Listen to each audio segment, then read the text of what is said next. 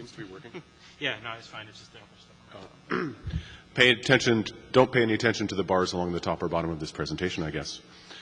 So, although it's a very interesting order, I'm going to give you the introduction to the problem that both Tom was talking about earlier and the 42 scenarios that Robert just went through. So, I'm going to try and pop this up a level and just go back to the beginning again. Perhaps I should have been this morning, but this is the way it is. So this slide set was put together with a good friend of mine, John Scudder. Okay, so let's go back and restate what we're trying to solve. Tom said it this morning a little quickly, so really the issue is that BGP has implicit withdrawal semantics. I think we realize this. So what this means is that any time you announce a prefix, you're going to withdraw the prefix that you already have installed if you have one. So if the prefix completely goes away, then it's explicitly withdrawn. So the implicit withdrawal semantics is that the newest one overrides the last one. So also, there's a number of scaling techniques that are currently being used. As Robert mentioned, there's route reflectors, there's confederations, etc. Robert mentioned some of those problems. Tom mentioned some of those problems. And really what the issue is, repeated, is data hiding. And the data that's being hidden are the backup paths that are known in the network that you don't have on your routers, so if there's a withdrawal or a failure, you can't immediately use them. So part of the reason for doing this was to enable greater scaling, but it adds other problems. The use cases for AdPath, as Tom mentioned and as Robert went through, are multifold. So first of all, we're talking about trying to improve convergence times. We're trying to improve upon graceful shutdown schemes so that way you can take a node out of service, a link out of service, perform an in-service software upgrade, whatever the case might be, and really overcome this by not hiding the data, in particular on the route reflectors that have these additional paths. In addition, what's been talked about here at NANOG and other XNOGs around the planet for many years, probably 7 years at this point, are the issues of med oscillation, or medris routing, where meds can be injected into your network and literally you can see long-term sustained bouncing of your routing paths between exit points based upon these med values. And so the original catalyst for AdPath work was in fact to solve this problem. But given 7 years and enough thrust, the idea has been found to actually be useful for other problems as well. So the next one, Robert mentioned that you can achieve some form of load balancing or multipath, but these require multiple next hops, of course. You have to have those next hops and you have to have those prefixes to be able to forward upon them. And so, again, these are just some examples that's been talked about at many, many conferences in the past. Let's talk about the solution space that we have. So the problem space, as we mentioned, has two parts. One is the implicit withdrawal. And that we've covered already and has been talked about. The next is the scaling techniques. So therefore, is there a solution that can attack either or both? AdPath is trying to solve the implicit withdrawal problem. So really, the applicability isn't limited to any particular deployment scenario. And I'm not here to be a zealot for AdPath or say that it cures hunger or cancer or anything like this, but in fact that it's just a general tool that actually has been found to solve multiple problems. And any other changes with respect to what you're trying to do for scaling techniques, it's basically orthogonal. But it can be combined, and I'll get to some of the memory scaling in a little bit. Okay. Let me sum up the entire idea in one bumper sticker. Basically, it's extremely similar to the route distinguisher in 2547s. But instead, it's applicable to all address families and, of course, to the global internet. That's really the critical piece. Oh, this didn't show up too well. It's a PC in Windows 7. I use a Mac. Sorry about that. Anyways, it's the same format that Robert showed earlier, just a little bit undigested. So effectively, when you have this ability to do AdPath, you advertise the capability, and being that BGP hackers like to give you full flexibility, you can indicate the AFI or SAFI, the address family or subsequent address family that you want to be able to advertise or receive additional paths on. You can do it for just specific peering sessions. And you can do it in a selected direction, whether you're willing to advertise that you can hand someone additional paths or announce additional paths, or whether or not you can receive additional paths. So you effectively have full flexibility of what you want to do with respect to announcing these additional paths. Basically, what this slide is summing up to saying is that you're adding the path identifier. That is what I'm saying is analogous to the route distinguisher in 2547s, but now it's applicable to everything. What this path identifier is trying to do, as Robert mentioned, is to prevent a route announcement or prefix announcement from implicitly withdrawing the previous one. So that way, you can have multiple. The path identifier that's being used is chosen locally. It is not carrying any semantics. It's unique to a particular peering session, and it's basically, for most implementations that do this, it's automatically generated. So you don't have to configure these. You don't have to have path ID 42 between me and Robert and path 56 between Tom and myself. So what are we really talking about here? Instead of just seeing the prefix 10/8, you now see the prefix 10/8 with a path ID 1, which is now different from 10/8 with a path ID 2. So Robert already mentioned this several times with respect to best external. It's a critical piece of technology to build modern networks and allows you to advertise the best external BGP path into IBGP, even if the IBGP path was selected. And there's analogous functionality for route reflectors as well. Let's take a look at add path in operation very simplistically. Conventional BGP between a peering session, you're going to advertise 10/8 with an AS path 123 and an XTOP. You advertise 10/8 again, it overrides the previous NLRI you have. You have 10/8 with AS path 999 and 888 and a different XTOP. Therefore, at any one time, you only have one path to 10/8. With add path, you've got 10/8 with ID 1, and you can install in your RIB 10/8 with ID 2. Fairly straightforward. So what does this mean? And Robert alluded to this, and Tom certainly alluded to this in his problem statement and solutions earlier today, is the issue, again, is the implicit withdraw and the inevitable path hunting that's going to occur in BGP withdraw semantics. And in this particular example, you're going to see that the worst case is that you end up hunting for a number of different rounds, quite a number of rounds, to actually repair the eBGP flap. So let's just take a look at this extremely simplified network. There's a core of the network in the big cloud. There's a POP in the little cloud. There's route reflectors at that border. And there's a couple PEs or a few PEs. Prefix 1 comes in PE1, sends it up to the route reflector. Route reflector sends it to all the clients. The next route reflector sends it through the other part of the network. Here comes prefix 2. Here comes the same prefix via PE2, sends it to the route reflector, sends it in all directions, sends it to the other end, and what you end up with is P2. Again, the same prefix is only available in the network at one time. And to repair a failure, you have to reflood everything over and over again. So let's just take a look at add path. I think you know what this picture is going to look like, but let's just cover it one more time. Prefix comes in PE1, floods it out, makes it to the other side. Everybody's holding the prefix with path 1. Prefix comes in, another PE, different path. We install both prefixes in the RIB, potentially in the FIB, and now it's being held on all nodes again. Multiple paths for the same prefix, the ability to perform repairs, the ability to remove oscillations.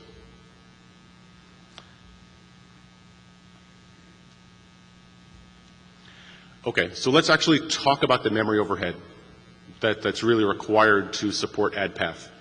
I think it's pretty obvious that if you're going to advertise and hold additional paths, you're going to use more memory. It doesn't really matter what the scheme is. What matters is really, and it's a little less obvious, is where that memory actually being used. So if we've got a configuration where there's route reflectors sending best and second best. So the worst case, it's going to be twice the memory on the PEs because you're holding the existing best path and, of course, the second best path. But what's interesting also is that that PE is probably already dually connected to 2 route reflectors for redundancy. You're probably already able to hold that amount of space. The issue in the worst case, you don't have to configure this way, but the issue in the worst case is really that PEs are holding double the number of paths. You're already holding double the number of paths. You're just not doing anything useful with it. So now with add path, you're actually doing something useful with this memory. On route reflectors, you're basically also headed towards twice the memory usage. You're holding twice the paths, both of them active. Now, again, the route reflector is also seeing at worst 1 full routing table from each of its peer route reflectors, but in general, you have more peer route reflectors, so that way you have more paths in case there's a failure. So your route reflectors are probably already scaling to hold these multiple paths. In addition, what's also nice is that route reflectors often are the easiest to scale in the network because you're usually using off-board equipment or non-forwarding equipment, control plane only, scaled specifically for this task. And so again, this really isn't the case where you're really attempting to squeeze down your memory usage in many cases. In some cases, if they're sized perfectly for the number of paths that you're currently holding, well then you're right on the hairy edge. So, as Robert mentioned quickly, add path allows an operator to tune how many paths they want to inject into the topology. And so, of course, it could be 2, it could be 42, but realistically, it's most likely going to be 2. Really, in the deployments that we've shown already in these slides and that you can think conceptually because you're only injecting these paths to internal BGP, we're not impacting the global internet routing. And last, something that's critical to note, and Robert mentioned this very quickly again, was that the overhead only has to be in the control plane. It doesn't have to be in the forwarding plane. It can be in the forwarding plane if you want to perform a fast reroute type operation and your line cards can hold it. But in fact, if you're holding the route in your control plane and there's a failure and you immediately download that route into the line card or into the ASIC memory, that's an extremely fast operation as well. So you get to trade off. Are we talking about the magical 50 millisecond restoration time? Or are we talking about the little less magical 100 millisecond time? It really depends on the scenario that you're in. So another thing that's kind of interesting is that the path selection consistency is really important. And in in traditional IP networks, as Robert mentioned, it's critical that you understand how these paths are being injected into the network. And this draft that Robert also mentioned is a very interesting draft. In fact, Robert was an author on it on how to use add path as a technology to improve convergence time as well as resiliency in the network.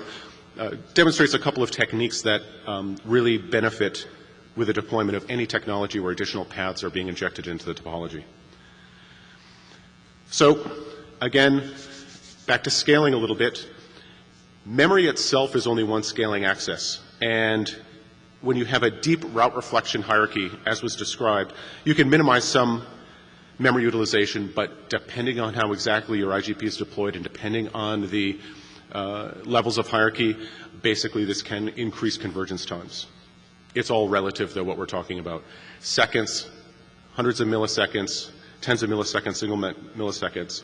So what's interesting is that convergent restoration is another axis of scaling that we really want to talk about.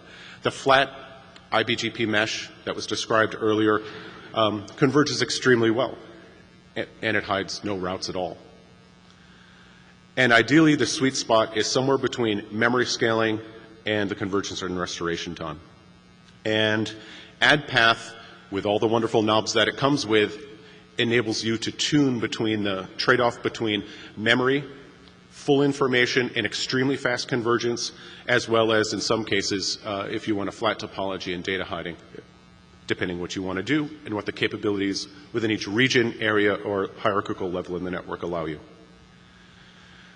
So again, add path is simply a tool that has broad applicability for oscillations, for improved convergence, for allowing you to trade off control plane memory for protection restoration time.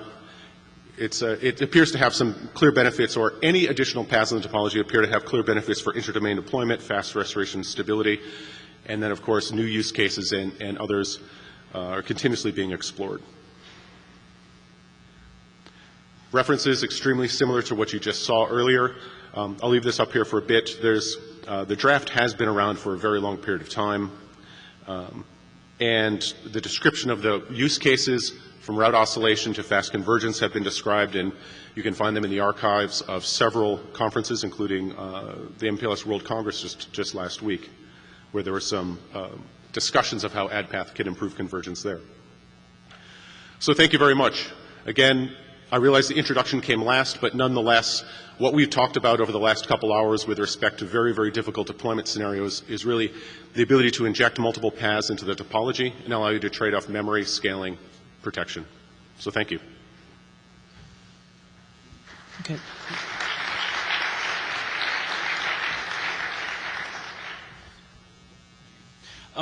Yeah, so I guess we're open for taking questions. I know Randy was certainly in line, so if he wants to come now, that'd be terrific.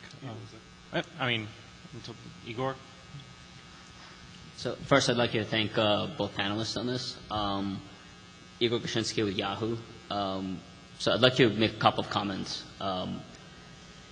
Robert, in your presentation, it looked like you didn't think that ad paths was a necessity because you don't believe MPLS traffic engineering for multipath is a necessity. I guess everybody's network design is different.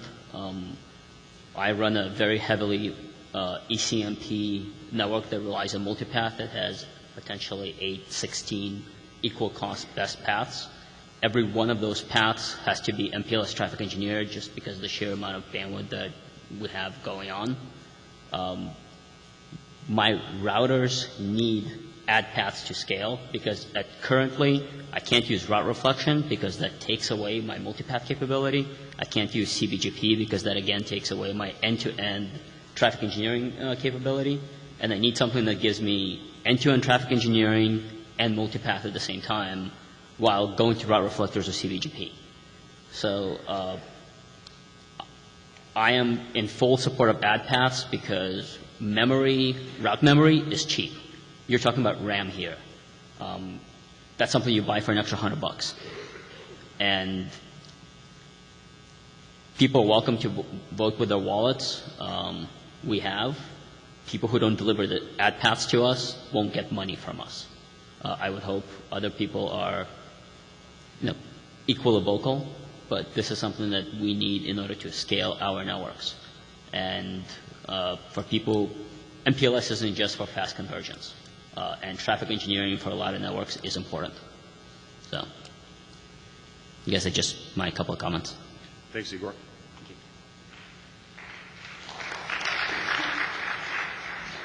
So what's interesting also, and Robert, you can defend yourself, of course, but nonetheless, all major implementations basically, or all major vendors are basically building this technology as well. So I don't think you're going to have a problem this day and age of talking to a vendor that doesn't have this, that Igor, basically you'd be considering putting into your core. I think Robert, was just giving some different ways of taking a look at the problem depending on the scenario that you're in. But Robert, why don't you speak for yourself? Yes, if basically you have the need to do end-to-end traffic engineering, that's your design choice. But in this particular model which I presented, you can very well do the multipath within each area of the network. So it's not really that you cannot do load balancing effectively. In the model that you showed, you can do traffic engineering up to an area, but yes, not down into the area. Correct. And some of us have more than 2 PEs in a given area, maybe as many as 8. And if we need to take full advantage of traffic engineering down to every single PE because of the scale, the fan-out problem, we need that capability, and it doesn't look like your proposal addresses that unless I missed something. I was very clear. This is not for the flat network design. So if you have a need in the network to do the traffic engineering end-to-end, yes, then you can use ad path to distribute more paths or diverse path solution. That was what I was suggesting. Okay, thank you. Randy? Go ahead, Randy Randy. Bush, IIJ. I think the MPLS war is uninteresting. The issue for me is fast reconvergence. Clarence did really good work sadly 15 years late, but I'll take what I can get. For that, I need to get alternatives to my router. I'm not sure, Dave, how I'm going to save much memory getting them there. They're going to get there, they're going to be there. RIB, you know, there should be enough RAM, please. So the question is what my architecture is. I think Igor points it out. Many of us do use route reflection. And in that case, what Robert's saying has an appeal in the no change game. Don't have to play with the latest software or different hardware in order to get a second path to my routers. That's interesting. Though, admittedly, for PIC, I'm going to be running newer software. So it just seems to me a trade. I'm not, speaking against that path. I'm just saying this seems an interesting alternative and gives me a design choice. And certainly Dr. Knob shouldn't object to that. Design choices are great. And, as we just were chatting with Igor, use the applicable tool with the topology you have at the time at which and the level of software which is deployed. And if there's hooks that you can use to configure your current routers, that's great. Again, the notion of add path not showing up in your software is that boat has left the port on most major vendors. I wasn't suggesting it shouldn't. But the choices are available.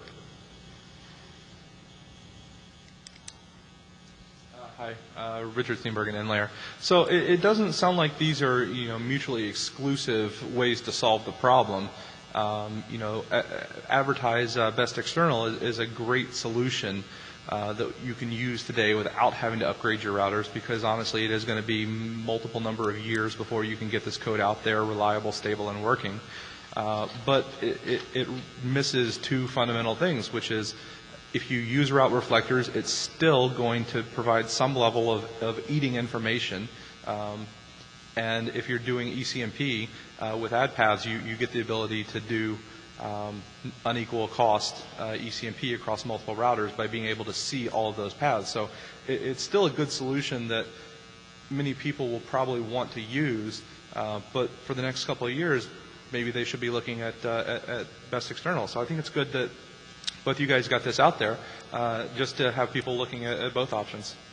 Thanks. One clarification on that unequal cost load balancing. Usually it requires some form of tunneling. So I wasn't clearly on my slides that it's also possible to make a tunnel from the POP to core boundary outside of your network, if you really want to go into a tunneling business and unequal cost multipaths. Well, I'm just talking about if you're running router A with 3 links and router B with 2 links, the problem solves itself if you know that there's 5 paths versus 2. Correct. Yeah. Thanks. Danny? Oh yeah, Danny McPherson. I was just going. I feel again compelled to reiterate that having done some research, I guess, on the number of paths in network and the amount of churn associated with those that could be dependent on architecture, or on protocols, or implementations, or whatever. That it's not just RAM that's the issue. There's CPU to install it in RAM. There's FibIO for every available next hop and so forth. In general, I do agree. I have come to agree with you guys certainly, in the IETF and elsewhere about the value or utility of add path type functionality.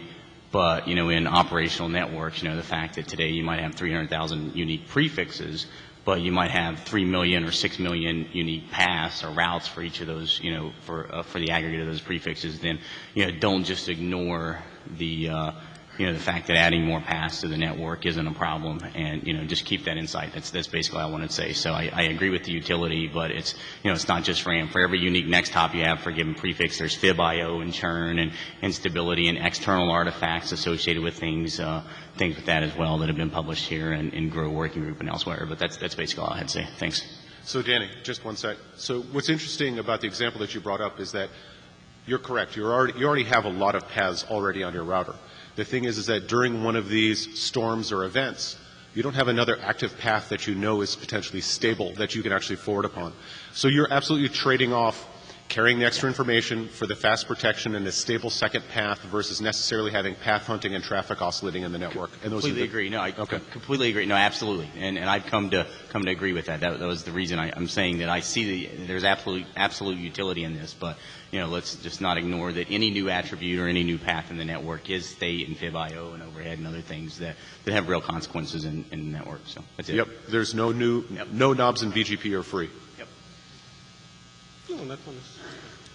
Go ahead, Igor. Yes, I'd like to comment on that. So, as I said, my network requires full end-to-end traffic engineering, and because of that, my routers hold anywhere between 4 and 8 million paths. We did some math on what would happen if we were able to go to route reflection and add paths, and the math showed that we would actually see a threefold reduction in the number of paths that any given router has to hold because of the benefits that we get from route reflection. A lot of the paths that we hold is as a result of a full IBGP mesh that simply don't need to be held. So while add paths sounds like it would just add a bunch more state, and a lot of deployment scenarios it would actually remove state from the overall system. So it may actually come for free, so to say. Excellent point.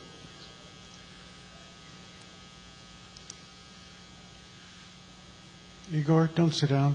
I'm missing the point. Nobody's trying to shoot ad paths here, I don't think.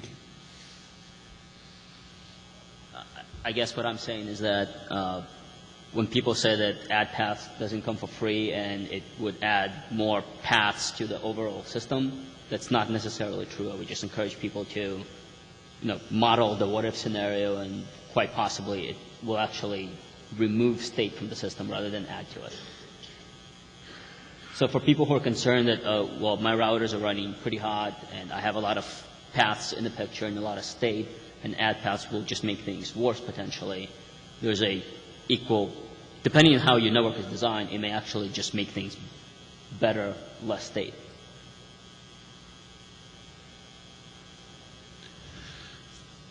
Igor, do you mind if I restate it one more time? Please. So if you have a flat full mesh of IBGP and you look at the memory you have to hold of that compared to a route reflection scenario where you have add path, you're carrying less state. Again, it's comparing two different deployment topologies, and so And nobody's arguing against that. Yep. So I'm presuming, since Igor keeps driving that nail, there's something I'm missing. I think the nail that Igor was driving was with his first comment that the network that he's designed requires this technology, and he wants to make sure that it doesn't go away.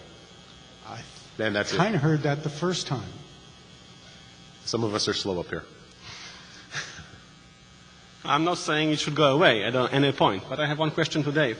On one of the slides you said there is no add path on the eBGP side. In fact, one of the applications for add path I see quite realistically practical is to run it on the Internet Exchange Point route server to all eBGP speakers. So why are you saying, if the specification actually allows eBGP add path, why are you saying no to that? I'm just keeping the conversation simple for today. Because once you get down the path of trying to do eBGP fast reroute and you want to add in all the scenarios and complexity to fully solve that problem, we'll be here for the rest of the afternoon talking about that. So I just kept it simple to IBGP today. I just meant the route server case. I didn't talk about route servers either.